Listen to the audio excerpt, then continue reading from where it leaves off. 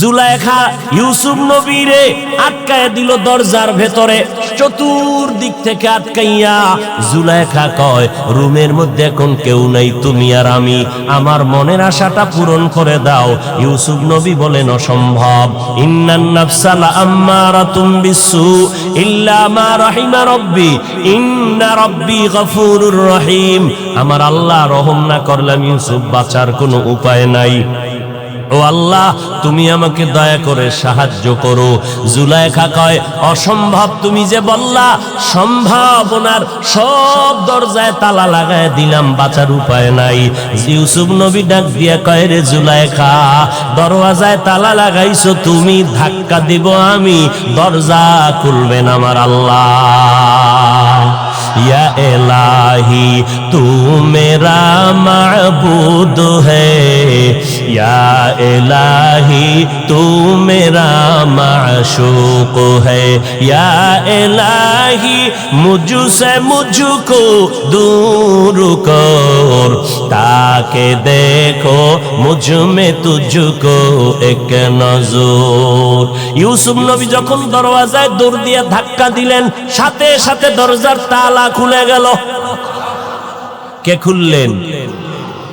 আল্লাহ পাক বলেন, বান্দা যত বেঈমানেরা চক্রান্ত করুক, ঈমানটারে তাজা করে সামনে আগাও, আমি আল্লাহ পাক রব্বুল আলামিন তালা খুলে দিব। দুনিয়ার কোনো বেদিন বেঈমানের চক্রান্ত কোনো কাজে লাগবে না। ইউসুফ নবী দরজা খুললেন। এবার ইউসুফ নিচে সিঁড়ি বেয়ে বেয়ে নিচের দিকে দৌড়ায়। জুলাইখাও ইউসুফের ধরার জন্য দৌড়ায়। ঘটনা বুঝে থাকলে বলবেন, জুলাইখা আর ইউসুফ দুজন যে দৌড়াইতেছে, দুইজনে কি ভিন্ন রাস্তায় দৌড়ায় নাকি একই রাস্তায় দৌড়ায়? ইউসুফ নবীও যেদিকে দৌড়ায়, জুলাইখাও সেই একই রাস্তায় দৌড়ায়। এবার বুঝে থাকলে বলেন, দুইজনে একই দিকে দৌড়ায়, কিন্তু দুজনার মনের উদ্দেশ্য কি এক না? ইউসুফ নবী দৌড়ায়, ও মালিক, গুনার থেকে তুমি বাঁচাও। আর জুলাইখা দৌড়ায় মালিক, মালিকের বিরুদ্ধে ইউসুফের গুনার মধ্যে আটকানোর জন্য। ইউসুফ দৌড়ায় গুনার থেকে বাঁচার জন্য, আর জুলাইখা দৌড়ায় ইউসুফের গুনার মধ্যে আটকানোর জন্য। দুজনে একই দিকে দৌড়ায়, তবে দুইজনের উদ্দেশ্য এক না। ও আল্লাহর বান্দারা, ইউসুফ নবীর ঘটনার থেকে শিক্ষা গ্রহণ করো। এই জমিনের মধ্যে দেখো, সবাই আলেম দাবি করে, একই রাস্তায় মদিনার গান গায়, আল্লাহর মোহব্বতের গান গায়, মজা মজা করে কোরআনের তেলাওয়াত শোনায়, কিন্তু সবার দিলের উদ্দেশ্য কিন্তু এক না। قال النبي صلى الله عليه وآله وسلم আলা উম্মতেরা সাবধান, ইন্না শাররাশ শাররি শিরারুল উলামা ওয়া ইন্না খায়রাল খায়রি খিয়ারুল উলামা। ১৫০০ বছর আগে নবী সতর্কবাণী করে গেছেন, ও উম্মতেরা সতর্ক, সাবধান, এই জমিনের মধ্যে চূড়ান্ত একদল খারাপ মানুষ হবে, তারা উলামা। কারা? নবী কয়, সাবধান, জমিনের মধ্যে চূড়ান্ত খারাপ, এর উপরে আর খারাপ নাই, একদল হবে, তারা উলামা। আবার এই জমিনের মধ্যে একদল ভালো মানুষ হবে, যাদের মতো ভালো মানুষ জমিনে আর হবে না, তারাও হবে একদল উলামা। দোনো দল উলামা, উলামা সবাই দাবি করবে। এখন আমাদের প্রশ্ন, হে মদিনাওয়ালা নবী, উলামায়ে কেরাম ভালো, এটা অন্তর মেনে নিতে পারলাম মাত্র 1 সেকেন্ডে।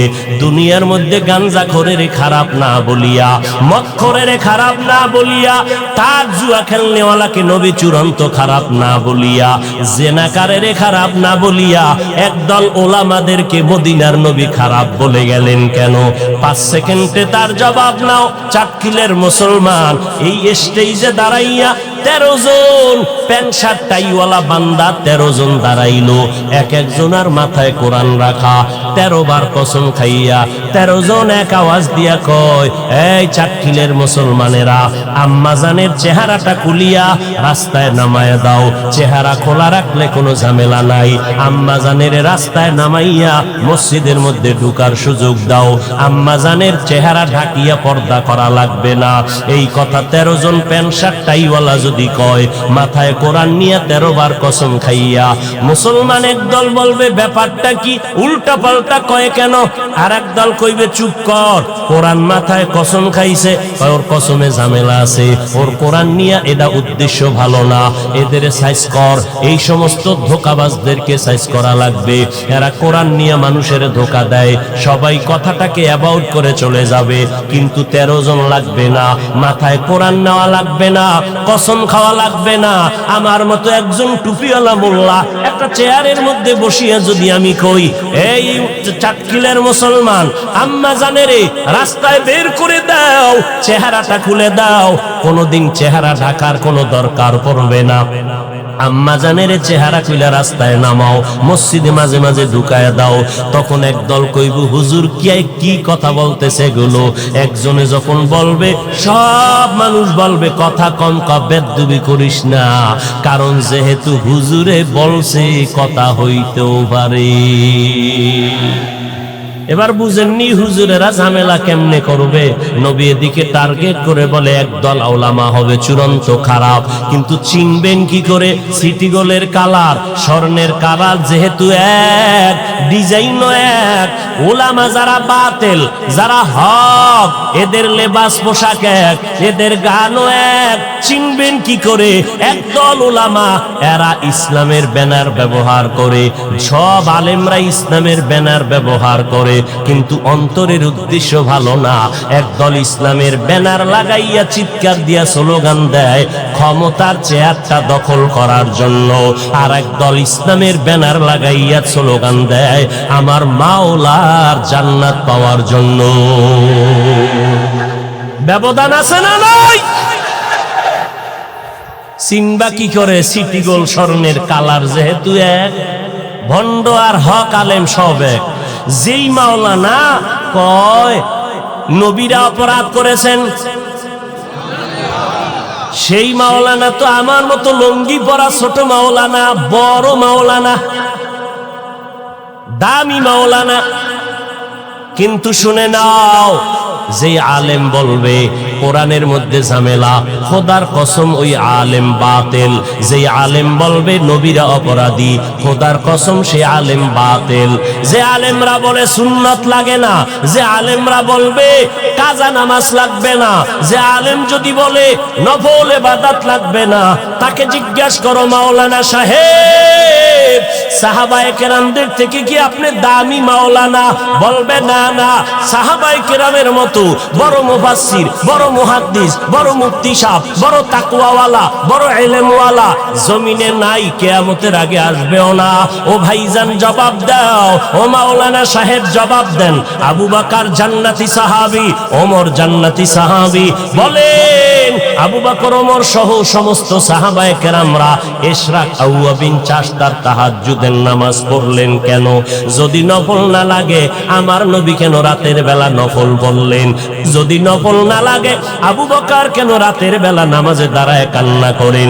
নফল যদি না লাগে, ওমরের মতো বান্দা নফল নামাজে দাঁড়ায় কেন কান্না করে? ও আল্লাহর বান্দা, বুঝে নিলাম নবীর হাদিস মতে একদল আলেম হবে ভণ্ড, মনে হয় সেই আলেম আপনি।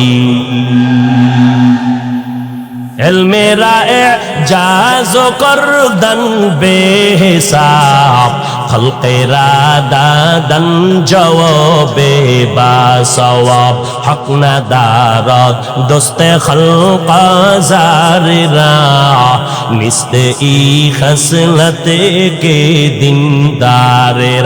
চাটখিলের মানুষ বড় বুদ্ধিমান, জ্ঞানী মানুষ। কেন বললাম? এই নোয়াখালী জমিনের ফুটন্ত এক গোলাপের নাম হাবিবুল্লাহ মিসবাহ রাহমাতুল্লাহ আলাইহি। তাফসীর শুনো আলেমের, চিনো তাফসীর কারে কয়? ওই হাবিবুল্লাহ মিসবাহ সাহেবের দুই একটা তাফসীর আছে ইউটিউবে অডিও, শুইনা দেখিস, বুঝবিও না, বুঝার মতো এলেম তোমার নাই। বাংলাদেশের টপ লেভেলের মুফাসসির হাবিবুল্লাহ মিসবাহ রাহমাতুল্লাহ আলাইহি যার তাফসীর শোনার জন্য তুমি কেন মাদ্রাসার বড় বড় বড় বড় আলেমরা বসে থাকতেন তার তাফসীর বুঝার জন্য, খাতা কলম নিয়ে বসতেন লেখার জন্য। কেমন এক আল্লাহর বান্দা, আল্লাহর বান্দা যেদিন বিদায় হয় তাহাজ্জুদের সিজদার মধ্যে রত ছিলেন।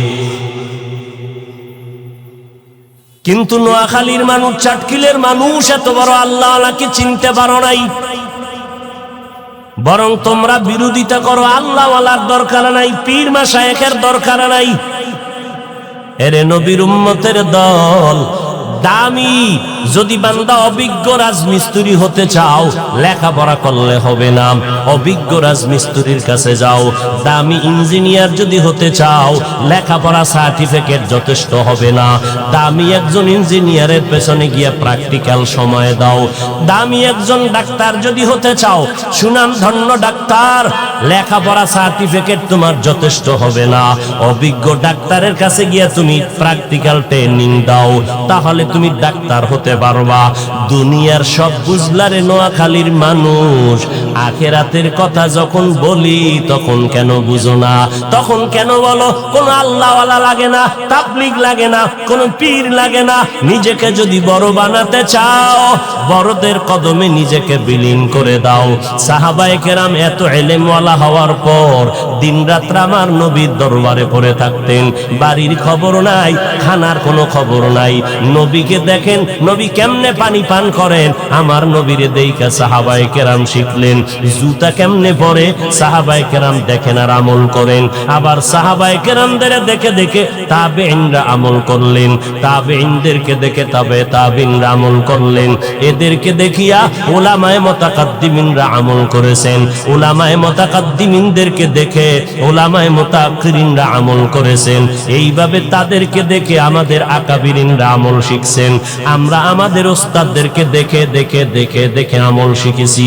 কারণ কিয়ামতের আগে মদিনার নবী আর জমিনে আইসা সুন্নতের দাওয়াত দিবে না, হাতে কলমে শিখাইয়া দিবে না। নবী বলেন আমার সুন্নত ধরে রাখ, নাজাত পেয়ে যাবে দুনিয়ায়, আখিরাতেও তুমি বাদশার হালাতে থাকবা। আর ওই সুন্নতের আমল যদি করতে চাও, বান্দা নিজে নিজে পারবা না, ব্যক্তির অনুসরণ করবা। আর এই জমিনে একমাত্র ব্যক্তি হলো আমি মুহাম্মদের কলিজার বন্ধু ওলামায়ে আহলে হক। তবে খবরদার, ওলামার টাইটেল দেখলে দৌড়াইও না, কারণ ওলামা নামের বাতিলের কাছে গেলে ঈমান ধ্বংস হয়ে যাবে। যেই আলেম বলে কোরআন শরীফের অর্থ না জানিয়া পড়লে লাভ নাই, অথচ কোরআন শরীফের অর্থ আপনি এখনো জানেন না। যদি পড়েন আলিফ লাম মিম, সাথে সাথে 30টা নেক আল্লাহ আমল নামায় দান করবেন। শুধু তাই না, কোরআন শরীফ যদি বান্দা পড়তেও পারো না, শুধু খুলে যদি তাকাইয়া দেখো আমার আল্লাহর কালাম, মদিনার নবী বলে কোরআন দিকে যদি দেইখা তাকাইয়া মোহাব্বতের সাথে তাকাইতে পারো রে বান্দা, আল্লাহর কোরআনটা যদি তাকায় দেখো, মরণের আগে তোমার চোখের পাওয়ার কখনো নষ্ট হবে না। এরে নবীর উম্মতের দল, এই রবিউল আউয়াল থেকে শপথ গ্রহণ করো, নবীর আদর্শের মালাটা গলায় লাগাও। মক্কার চূড়ান্ত খারাপ মানুষ নবীর আদর্শ যখন গ্রহণ করা শুরু করলো, আল্লাহ তাদেরকে এত দামি বানায় দিলেন। আল্লাহ একদিন ডেকে বলেন, ও পয়গম্বর, আপনি অমুক অমুক অমুক সাহাবার নামটা ঘোষণা দিয়ে দেন। আমি আল্লাহ ঘোষণা দিলাম, সিদ্ধান্ত দিয়ে দিলাম, এই কয়জন সাহাবাদেরকে আমি আল্লাহ ইন্তেকালের আগেই জান্নাতের টিকিট দিয়ে দিলাম। নবীর আদর্শের কারণে আজকে 1500 বছর পরে আপনারা চাটকিলের মুসলমানেরা মনে মনে বসে চিন্তা করেন, হুজুরেরা কথা তো আর খারাপ কয় না, হুজুরদের কথা মতো মন চায় নবীর তরিকাওয়ালা হয়ে যায়। কিন্তু কি লাভ হবে? নবীর তরিকা যদি মানি, স্বাধীনতা নষ্ট হয়ে যাবে, স্বাধীনভাবে আর চলাফেরা করতে পারবো না। ও চাটকিলের মানুষ, আজকে আজ আমার এখানে বসে বয়ান করতেছি, আপনারা আপনারা প্রচন্ড গরমের ভেতরে বয়ান শুনতেছেন, ঘন্টাকে ঘন্টা অপেক্ষা করতেছেন। এটা আমার টাকার বাহাদুরি না, ক্ষমতার বাহাদুরি না। ১৫০০ বছর পর এই সম্মানের বাহাদুরি আমার মদিনার নবীর আদর্শের আকর্ষণ। ওগো নবীর উম্মতেরা হয়ে আজি দিশাহারা, কোরআন হাদিসেরে চলো, কোরআন হাদিসেরে চলো, যখন যাহা চায় মনে, নবী বিনে কে তারাবে পুলসিরাত মিজানে, নবী বিনে কে তারাবে পুলসিরাত মিজানে। এরে নবীর উম্মতের দল, আমরা নবীর তরিকা মানতে গিয়া একটু বলো ও কলিজার যুবক, আজকে তোমরা যারা নবীর তরিকা মানো না কেন, স্বাধীনতা থাকবে না, লেখাপড়ার স্বাধীনতা থাকবে না, ব্যবসা বাণিজ্যের স্বাধীনতা থাকবে না? বলো তোমরা যারা নবীর তরিকা বাদ দিয়ে চলো, আমরা যারা নবীর তরিকা মেনে নামাজ পড়ি, পর্দা করি, হালাল খাই, মদিনার পোশাকটা পরলাম, বলো আমরা তোমাদের থেকে কত পার্সেন্ট অসম্মানে আছি, তুমি কত পার্সেন্ট সম্মানে আছো? ও চাটকিলের মুসলমান, পায়ে হাত রেখে বিনয়ের সাথে বলতেছি রে বাবা, আজকে নজর করে দেখো, আমার থেকে তুমি জবাব নাও।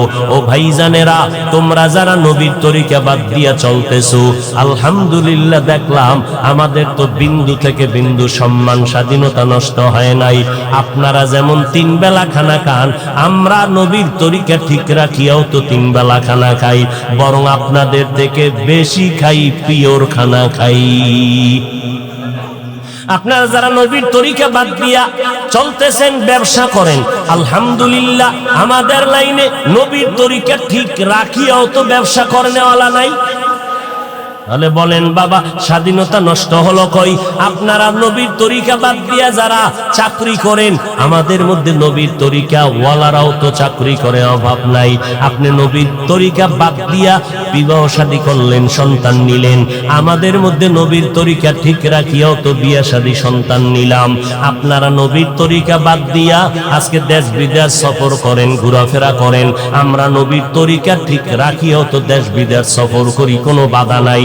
আপনারা নবীর তরিকা বাদ দিয়া ডাক্তারি পড়েন, ইঞ্জিনিয়ারিং পড়েন, আলহামদুলিল্লাহ আমার সোনার বাংলাদেশে নবীর তরিকাওয়ালা ডাক্তার, ইঞ্জিনিয়ার, সাংবাদিক, উকিল, ব্যারিস্টার আছে না নাই?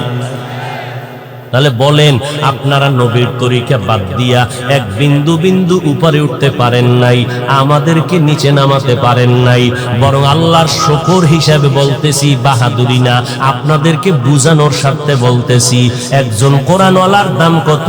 আজকে এমপি সাহেব দেখলে বলে সালাম হুজুর দোয়া চাই, মন্ত্রী মহোদয় দেখলে বলে সালাম দোয়া চাই। ও বাবা, টাকা দিয়া তো দোয়া পাওয়া যায় না। এই সম্মান আমার মদিনার নবীর আদর্শের কারণে।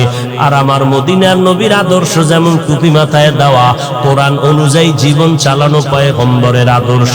এরে নবীর উম্মত, আমি আপনাদের এই কথা বলবো না।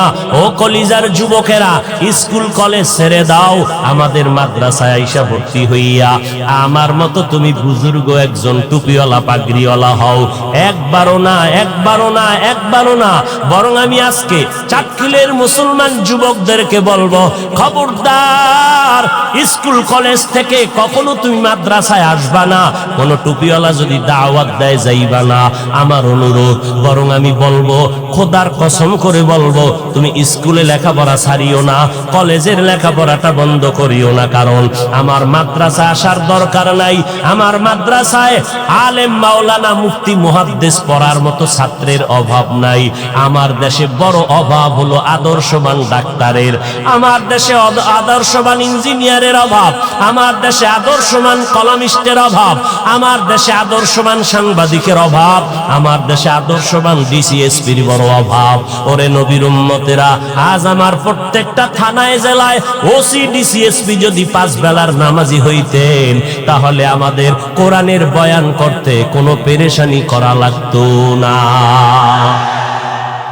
অতএব বান্দা তুমি স্কুলে পড়ো, কলেজে পড়ো, আদর্শবান ডাক্তার হও, আদর্শবান ইঞ্জিনিয়ার হও, আদর্শবান একজন সাংবাদিক হও, আদর্শবান এমপি মন্ত্রী হও, আদর্শবান মুসলমান। আমার দেশে এমপির দরকার, মন্ত্রী দরকার, আদর্শবান মানুষ দরকার, যার আদর্শ দেখলে আরো খারাপ মানুষগুলো ভালো হয়ে যাবে।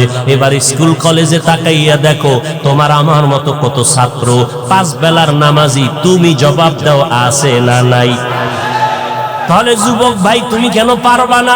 তোমার আমার মতো যুবক র্যাব, আর্মি, পুলিশ, বিডিআর এর চাকরি করে, পাঁচ বেলার নামাজি আছে না নাই?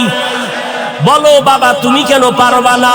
তোমার আমার মতো যুবক রাস্তায় গাড়ি চালায়, হঠাৎ করে দেখলাম আজান হয়ে গেল, বাসের ড্রাইভার গাড়ি ব্রেক করে দিল, বাসের ড্রাইভার নামাজে গেল, কন্ট্রাক্টর নামাজে গেল, হেল্পার নামাজে গেল, যাত্রীরাও নামাজে গেল। আগে আজান হয়ে যাইতো, গাড়ি রাস্তায় হাইওয়ে রোডে চলতে পাঁচটা গাড়ি দেখা যাইতো না। আল্লাহর শুকর আদায় করে বলি, মাগরিবের সময় আসতে আসতে দেখলাম প্রতিদিন ওয়াজে যাই, হাইওয়ে রোডে যখন আসরের আজান হয় মসজিদে জায়গা পাই না। ব্যাপারটা কি? কয় 13টা বাস গাড়ি থামায় গেছে, সব যাত্রী ড্রাইভারেরা নামাজ পড়ে। ও নবীর উম্মতের দল, তোমার মতো বান্দা যদি গাড়ি চালাইয়া নামাজ পড়ে তুমি কেন পারবা না? আমার মাওলার কোরআনটা কি মিথ্যা মনে করছো? আমার নবীর হাদিসগুলো কি মিথ্যা মনে করছো? ও বাবা আজকে টুপি মাথায় দিলে মাথাটা গরম হয়ে যায়, তোমার থেকে কম বুঝি না রে বাবা। এরপরও কেন টুপি ফালাই না? দাড়িটা লম্বা করলে যৌবনের ভাব চলে যায়, এরপরও কেন ফালাই না? লম্বা জামা পরার কারণে কি পরিমাণ শরীরটা গরম লাগে, এরপরও কেন জামাটা ফালাই না? ও বাবা পর্দা করি, হালাল খাই। আজকে যদি তোমার মতো প্যান্ট শার্ট টাই লাগাইয়া রাস্তায় মাস্তান হইয়া ঘুরতাম, আমারে কেউ বাধা দেওয়ার ছিল না রে বাবা। কিন্তু কেন? এই টুপির কারণে, দাড়ির কারণে, লম্বা জামার পরার কারণে কত মানুষ বাজে কথা বলল। কওমি মাদ্রাসায় লেখাপড়া করার কারণে কত মানুষ কত বাজে কথা বলল। কওমি মাদ্রাসায় পড়ে লাভ নাই, তাবলীগে গিয়া কোনো লাভ নাই, উজানি, চরমনাই, বাহাদুরপুর, নানুপুর কোন পীরের দরবারে গিয়া লাভ নাই, হাটাজারি, দেওবন্দে গিয়া কোনো লাভ নাই। এই গান শুনতে শুনতে কানটা ধ্যান্দা হয়ে গেল। ও আল্লাহর বান্দারা, এরপরও কেন এই রাস্তা ছাড়ি নাই? কওমি মাদ্রাসায় পড়লাম, যেখানে কোনো সরকারি সার্টিফিকেট নাই, সরকারি পক্ষ থেকে কোনো চাকরি নাই, এরপরও কেন এই লাইনটা ছাড়লাম না রে বাবা? নজর করে দেখলাম আমার মাওলার কোরআন সত্য, নবীর কথা সত্য। কারণ এমন একজন নবী আমরা পেয়েছি, যেই নবীর 63 বছরে একটা মিথ্যা কথা নবী জীবনে বলেন নাই। বেঈমানেরা পর্যন্ত আমার নবীকে আল আমিন বলিয়া উপাধি দিয়েছিল, নবীর সততার কারণে রে বাবা। ও নবীর আশিক উম্মতের দল, আজকে আমার নবীর ওই আদর্শ এত সুন্দর, আল্লাহর কোরআন সুন্দর, এই কোরআনের ভুল বের করার জন্য কত বেদিনরা অপচেষ্টা করলো, আজও পর্যন্ত কোরআনে একটা ভুল কেউ বের করতে পারলো না। বরং বহু বিধর্মীরা কোরআনের ভুল বের করতে গিয়া কালেমাওয়ালা মুসলমান হয়ে গেল। কথা ঠিক নি? ওই ভারতের সন্তান শিব শক্তি স্বরূপজি কালেমা পড়ে মুসলমান হয়ে গেল। ও আল্লাহর বান্দা, পাকিস্তানের হিন্দি গানের শিল্পী জুনায়েদ জামশেদ কালেমার পতাকা তলে এসে গেল। ও নবীর আশেকের দল, চিন্তা ভাবনা করে দেখলাম, আজকে আমি দাবি করি বক্তা, কত সম্মান আমার। তোরে বাবা তুমি দাবি করো ডাক্তার, আমি তোমার পার্শ্বে রোগী হইয়া 500 টাকা ভিজিট দিয়া সিরিয়ালে দাঁড়াইলাম, তোমার কত দাম রে বাবা। কিন্তু চিন্তা ভাবনা করে দেখো, যেদিন সাদা কাপনের প্যাকেটে ঢুকিয়া যাইবা, ওই দিন দেখবা কে বক্তা কে শ্রোতা, কোনো ভেদাভেদ নাই। আমারও যেমন 3টা সাদা কাপন, তোমার বেলায় 3টা সাদা কাপন, এমপি সাহেবের যেমন 3টা সাদা কাপন, চাটকিলের রিক্সা ড্রাইভার মরিয়া গেলে তাকেও 3টা সাদা কাপন দেওয়া হবে। এমপি সাহেবের সম্মানে একটা কাপন কেউ বাড়াইয়াও দিবে না, রিক্সা ড্রাইভারের গরিব হওয়ার কারণে একটা কাফন কেউ কমাইয়াও দিবে না।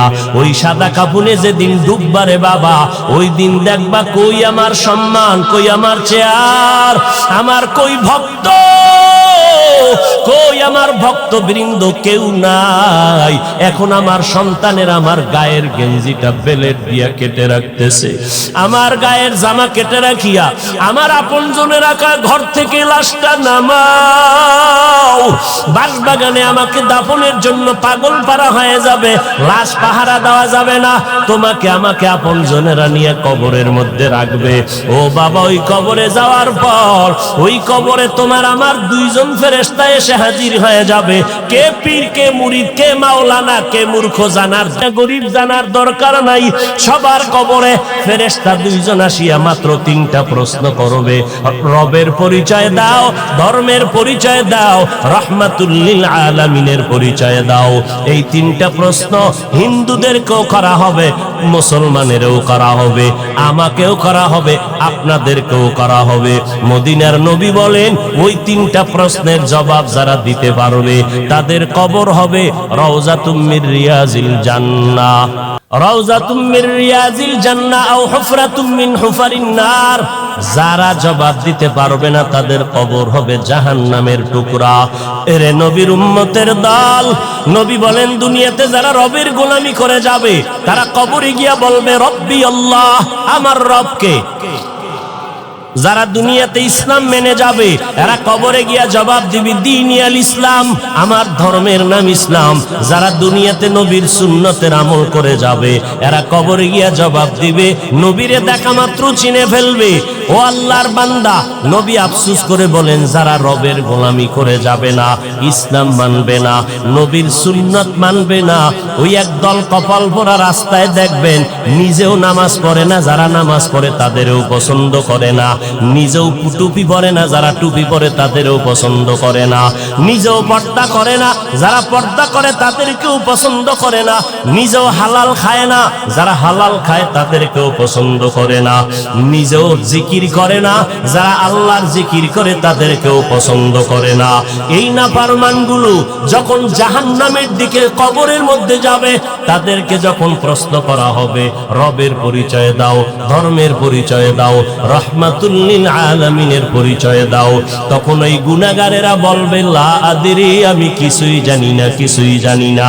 আল্লাহর নবী বলেন তাৎক্ষণিকভাবে আমার আল্লাহ রাগান্বিত হইয়া কুদরতের আওয়াজ দিয়া বলবে, ও কবরের ফেরেশতা, এই নাফরমানকে আর কোনো সময় সুযোগ দিও না।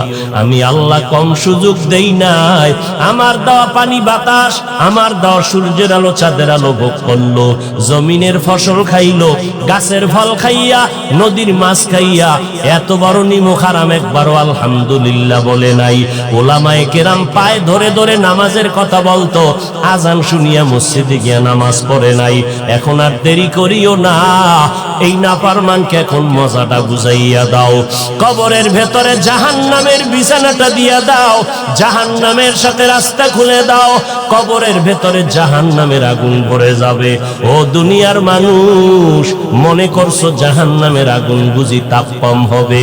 মদিনার নবী বলেন দুনিয়ার গরম যেই তাপ, এর থেকে 3000 গুণ বেশি তাপ হবে জাহান্নামের আগুনের তাপ। কবরের মধ্যে জাহান্নামের আগুন, আল্লাহর নবী বলেন সাথে সাথে আল্লাহ পাক গাইবী আওয়াজ দিয়ে বলবে, ও কবরের মাটি, এই নাফরমানকে দুই পার্শ্ব থেকে জোরে জোরে চাপ দাও। এত জোরে কবরের মাটি চাপ দিবে পাজরের হাড়গুলো চুরমার হয়ে যাবে। ও আল্লাহর বান্দারা, যুবকেরা, অন্তরকে বুঝাও, কয়দিনের দুনিয়ায় বাহাদুরি করবা? তোমার আমার বাহাদুরি করোনার মধ্যে কত প্রাণ চলে গেল, কত সন্তানেরা বাবা হারা ইয়তীম, কত সন্তান মা হারা অসহায়, আবার কত মা বাবা সন্তান হারায় ফেললো। এমন কোন দিন নাই যে যুবকের লাশের খবর নাই। কয়দিন আর বাঁচবারে বাবা? আল্লাহর কাছে তওবা করো, পেছনে যত অন্যায় করেছো আজকে তওবা করো। হে আল্লাহ, মনে মনে বলো, হে মালিক, এই ময়দানে আমার মতো গুনাহগার কেউ নাই। আজকে থেকে তওবা করে নিলাম, জীবনে নামাজ ছাড়বো না, বেপরদায় চলবো না, নবীর তরিকার বাহিরে চলবো না, মা বাবার সাথে বেয়াদবি করিয়া আর গুনাহগার হব না, অভিশাপ নিব না, ওলামায়ে কেরামের বিরোধিতা করব না, দেশ ও জাতির বিরুদ্ধে ষড়যন্ত্র করব না। ও দয়ার মালিক, শয়তানের ধোঁকা থেকে তওবার উপরে মজবুত করে দাও। নামাজ পড়বো, নবীর তরিকা মেনে চলবো। হায়াতের মালিক আল্লাহ, ইজ্জতের মালিক আল্লাহ, রিজিকের মালিক আল্লাহ। ওই আল্লাহকে বেজার করব না, নবীর তরিকার বাহিরে চলবো না, মা বাবার সাথে বেয়াদবি করব না, ওলামায়ে কেরামের বিরোধিতা করে গুনাহগার হব না, নবীজির তরিকার বাহিরে চলবো না, দেশ ও জাতির বিরুদ্ধে কোনো ষড়যন্ত্রে লিপ্ত হব না।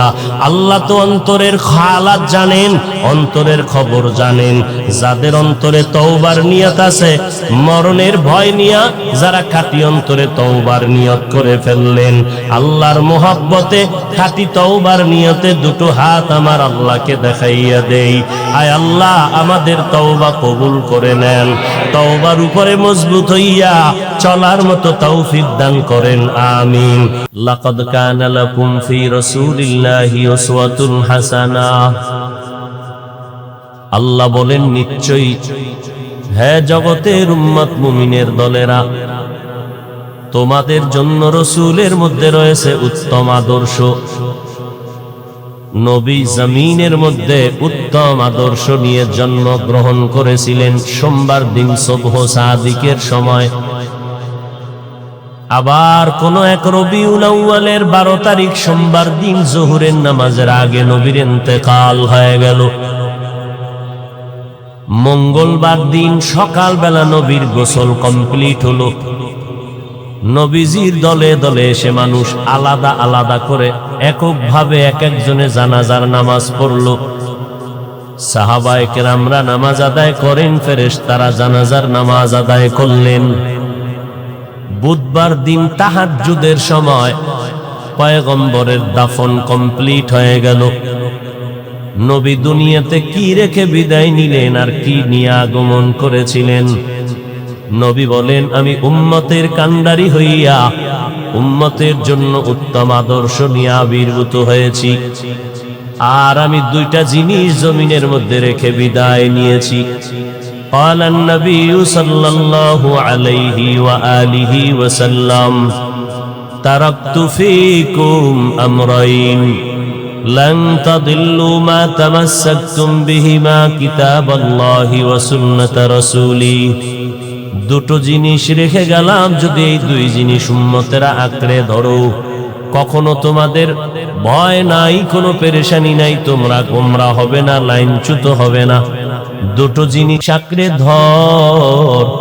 এক নাম্বার, আমি নবীর রেখে যাওয়া আল্লাহর দেওয়া কোরআন, আর দ্বিতীয় হলো আমি নবীর সুন্নত আদর্শ।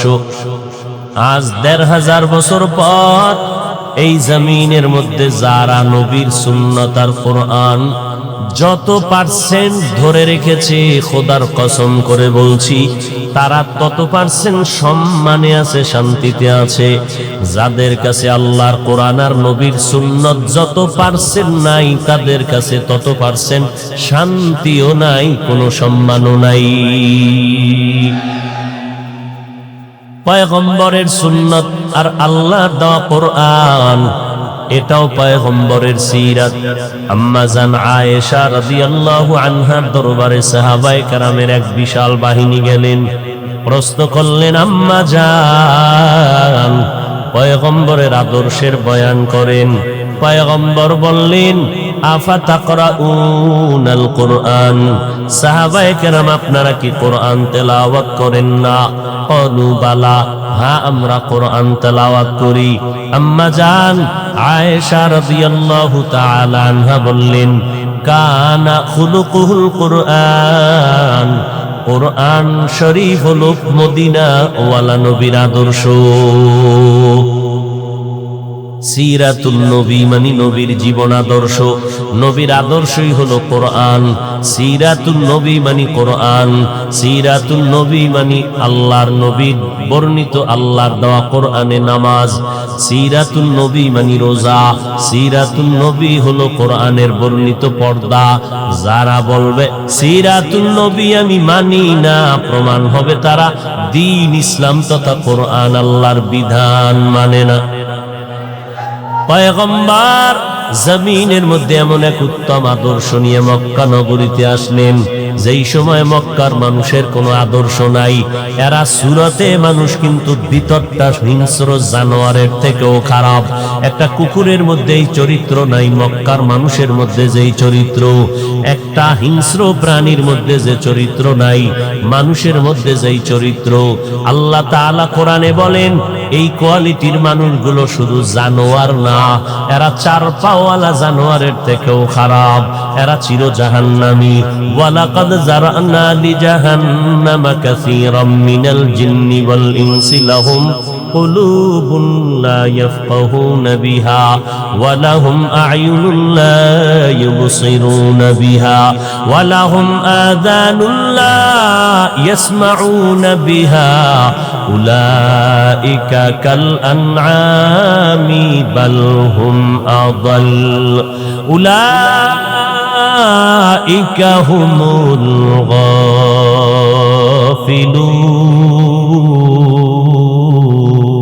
গাফিলুন।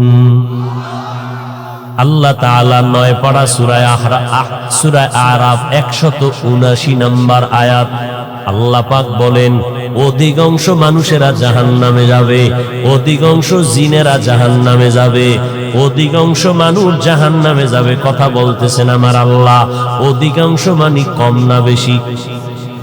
বেশির সংখ্যক মানুষ জাহান্নামে যাবে। এখান থেকে প্রমাণ হলো অল্প মানুষ জান্নাতে যাবে। এতগুলো মানুষ আর চাক্কিলের ময়দানে বয়ানে বসছে, সব মানুষগুলো জান্নাতে যাবে না। কারণ এই ময়দানে সবাই ওয়াজের নিয়তে আল্লাহর মোহাব্বত নিয়ে বসে নাই। একদল মানুষ এখানে বসবে যারা আল্লাহর মোহাব্বত নিয়ে বসিয়া তওবা করে যাবে। এখান থেকে একদল মানুষ আল্লাহর জান্নাতে যাবে। আল্লাহ পাক রব্বুল আলামিন বলেন অধিকাংশ মানুষগুলো জাহান্নামে যাবে। এই মানুষগুলো জাহান্নামে যাওয়ার কারণ আমি আল্লাহ তাদেরকে অন্তর দান করেছি। অন্তর দিলাম ভাবার জন্য, ফিকির করার জন্য, অথচ তারা ফিকির করে না, আল্লাহর মাখলুক নিয়ে আল্লাহর উপরে বিশ্বাস স্থাপন করে না। আমি আল্লাহ তাদেরকে চক্ষু দান করলাম দেখার জন্য, যা দেখতে বলেছি তা তারা দেখে না। আমি আল্লাহ কান দান করলাম শ্রবণ শক্তির জন্য, শোনার জন্য। বান্দাগুলো যা শুনতে বলেছি কান দিয়া তা তারা শুনে না। এই মানুষগুলোকে আমি আল্লাহ অন্তর দিলাম, আসমানটার দিয়ে তাকাইয়া বান্দা ফিকির করতে হবে। রব্বানা মা খালাকতা হাযা বাতিলা সুবহানাকা ফাকিনা আযাবান নার। ও দয়ার মালিক, এত বিশাল একটা আসমান তুমি কেমন করে বানাইলা? এক একটা আসমান দূরত্ব মোটা হলো ৫০০ বছরের পথ। এক আসমান থেকে ভিন্ন আসমানের মধ্যখানে মহাশূন্য খালি জায়গা ৫০০ বছরের দূরত্ব। এইভাবে ৭টা আসমান আল্লাহ বানাইলেন, আবার ৭টা জমিন আল্লাহ বানায় রাখলেন।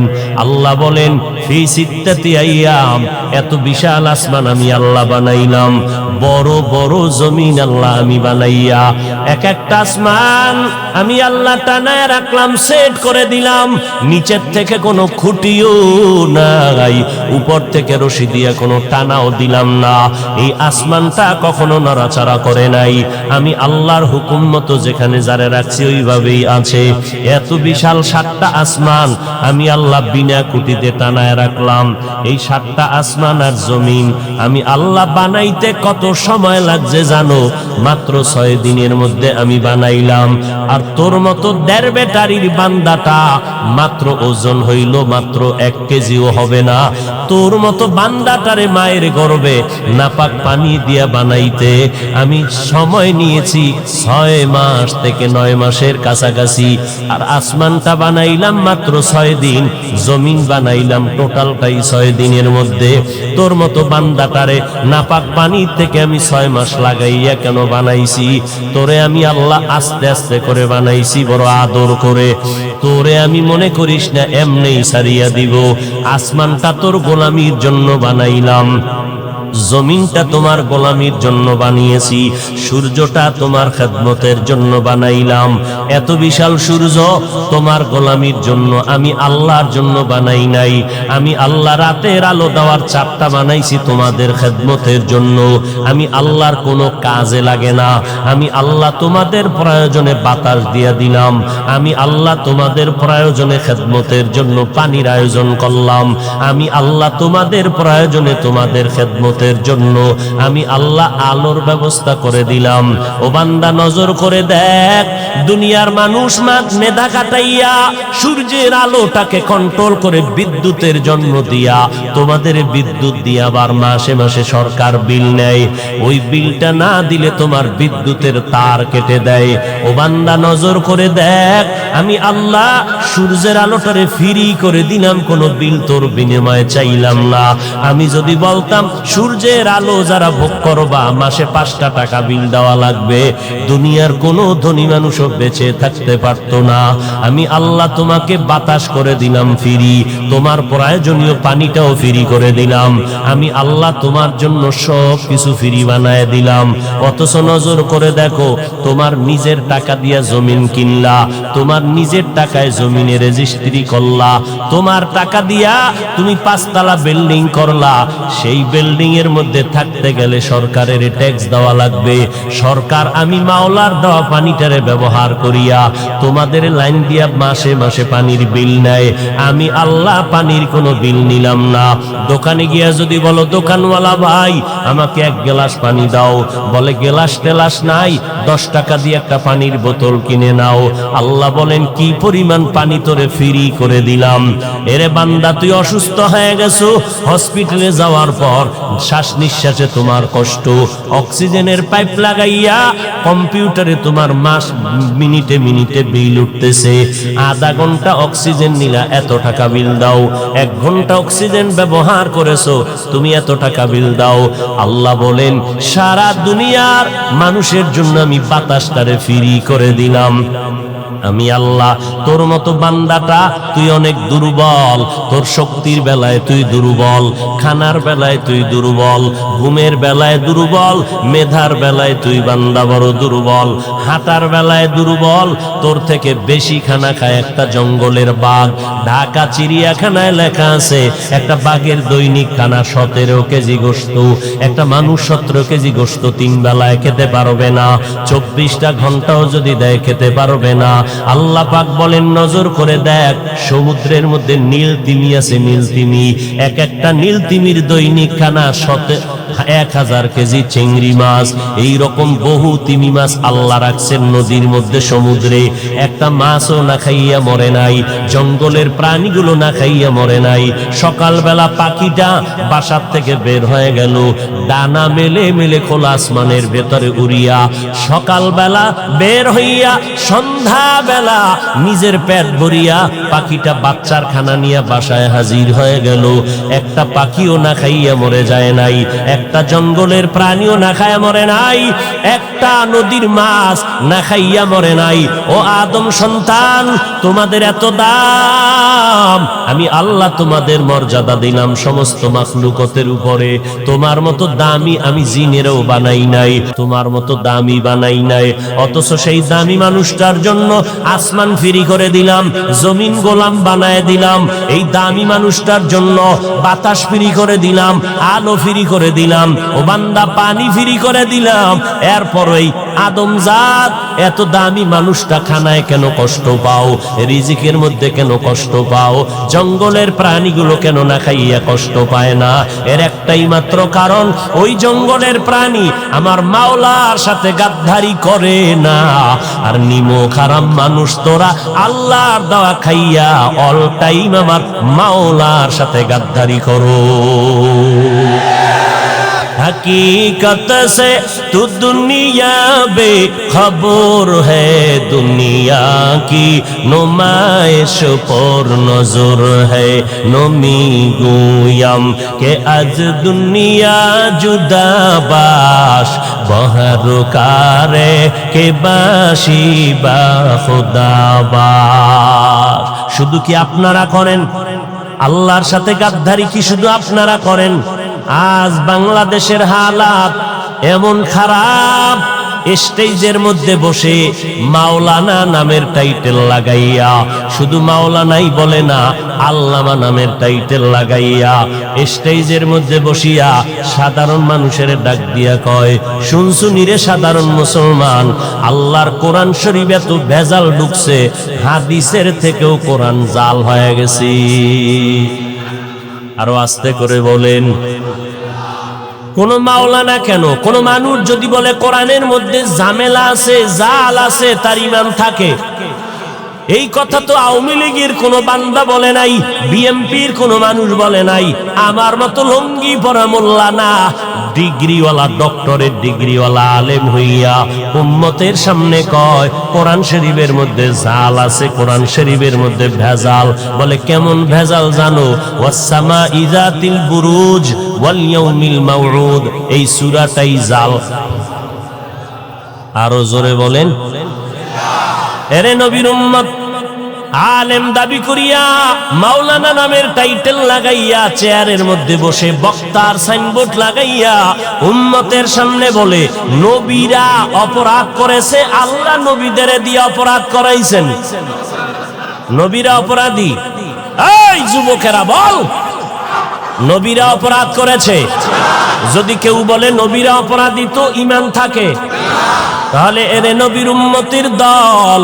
এই জন্য আমি মাঝে মাঝে বলি, আওয়ামী লীগওয়ালারা ইসলামের ব্যানার টানাইয়া স্টেজে কোনো মানুষ ডাইকা উম্মতের ধোকা দেয় নাই, বিএনপি ওয়ালারা এই স্টেজে ইসলামের ব্যানার লাগাইয়া উম্মতের ধোকা দেয় নাই। অতএব তাদের নিয়ে পেরেশানি নাই রে বাবা, পেরেশানি তাদেরকে নিয়ে করি যারা ইসলামের লেবাস লাগাইয়া, ব্যানার লাগাইয়া আবার উম্মতের ইসলামের নাম ব্যবহার করে ধোকা দেয়। আছে না নাই? এরে নবীর উম্মতের দল, জুলাইখা ইউসুফ নবীরে আটকায় দিল দরজার ভেতরে, চতুর্দিক থেকে আটকাইয়া। জুলাইখা কয়, রুমের মধ্যে এখন কেউ নাই, তুমি আর আমি, আমার মনের আশাটা পূরণ করে দাও। ইউসুফ নবী বলেন, অসম্ভব। ইন্নান নাফসা লাআম্মারাতুম বিসসু ইল্লা মা রাহিমা রাব্বি ইন্না রাব্বি গফুরুর রহিম। আমার আল্লাহ রহম না করলাম ইউসুফ বাঁচার কোনো উপায় নাই। ও আল্লাহ, তুমি আমাকে দয়া করে সাহায্য করো। জুলাইখা কয়, অসম্ভব তুমি যে বললা, সম্ভাবনার সব দরজায় তালা লাগায় দিলাম, বাঁচার উপায় নাই। ইউসুফ নবী ডাক দিয়া কয়, রে জুলাইখা, দরওয়াজায় তালা লাগাইছো তুমি, ধাক্কা দিব আমি, দরজা খুলবেন আমার আল্লাহ। या इलाही तू मेरा माबूद है, या इलाही तू मेरा माशूक है, या इलाही मुझसे मुझको दूर कर, ताकि देखो मुझ में तुझको एक नजर। ইউসুফ নবী যখন দরওয়াজায় দৌড় দিয়ে ধাক্কা দিলেন, সাথে সাথে দরজার তালা খুলে গেল। কে খুললেন? আল্লাহ পাক বলেন, বান্দা যত বেঈমানেরা চক্রান্ত করুক, ঈমানটারে তাজা করে সামনে আগাও, আমি আল্লাহ পাক রব্বুল আলামিন তালা খুলে দিব। দুনিয়ার কোনো বেদিন বেঈমানের চক্রান্ত কোনো কাজে লাগবে না। ওয়া মাকারু ওয়া মাকারাল্লাহ ওয়াল্লাহু খায়রুল মাকিরিন।